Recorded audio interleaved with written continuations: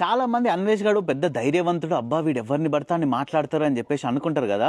వాడంత పిరికినా కొడుకు ఇంకొక లేడు. నేను చెప్తా, మీరు చూసుకోండి. ఎట్లా అంటే వీడు ఫస్ట్ సెలబ్రిటీస్ ఉంటారు కదా, పెద్ద పెద్ద సెలబ్రిటీస్, వాళ్ళని తిడతాడు అనమాట. తిట్టి ఒక 1 వీక్ 10 డేస్ ఉంచుతాడు. తర్వాత మళ్ళీ ఫోన్ చేస్తాడు, అన్నయ్య సారీ అన్నయ్య, ఏదో అట్లా వీడియో కోసం చేసా అన్నయ్య, తప్పైపోయింది అన్నయ్య క్షమించు అని ఫోన్లో డీలింగ్ చేస్తాడు అనమాట. వాళ్ళిద్దరు కాంప్రమైజ్ అవుతారు. వాళ్ళేం అడుగుతారు, సరే ఓకే నీ సారీ యాక్సెప్ట్ చేస్తున్నాం, ఆ వీడియో డిలీట్ చేయి అంటే వాళ్ళు వెంటనే డిలీట్ చేసేస్తారు. అంటే ఇంకా ఎందుకు ఈ పెంటగాడుతో అని చెప్పేసి అనుకుంటారు. అట్లా వీడు ఫోన్ చేసి కాంప్రమైజ్ అవ్వని దాంట్లో ఉమా, రవి, ఆ ఇద్దరు అన్నలతో పాటు మేము ముగ్గురం ఉన్నాం. మీ ముగ్గురమే కాంప్రమైజ్ అవ్వలేదు. ఇంకా మిగతా ఆల్మోస్ట్ చాలా మంది ఇంకా మీడియా ముందుకు వచ్చి వీడి మీద ఎగిరి అన్న ఎగిరినోళ్ళు కూడా వీడు ఫోన్ చేసి డీల్ చేసిరు, కాంప్రమైజ్ అయిపోయారు. నాకు ఒకటే అడుగుతా, వాడు రేపటి రోజున మిమ్మల్ని వచ్చి చెప్పుతో కొడతాడు, అప్పుడు కూడా మీరు కాంప్రమైజ్ అవుతారా? అంటే జస్ట్ ఆస్కింగ్ అంతే. తర్వాత సారీ చెప్తాడు, అన్నయ్య సారీ అన్నయ్య చెప్తూనే కదా కొట్టింది, వదిలేసుకో లైట్ తీసుకో అంటే మళ్ళీ మీరు కాంప్రమైజ్ అయిపోతారా? నాకైతే మాత్రం అట్లా బతకడం చేత కాదు. నేను ఒక్కసారి శత్రువు అని ఫిక్స్ అయిపోతే వాడు నాకు లైఫ్ లాంగ్ శత్రువే. నేను ఒక్కసారి ఫ్రెండ్ అని ఫిక్స్ అయిపోతే వాడికి నాకు ఎటువంటి తేడాలు రాకుంటే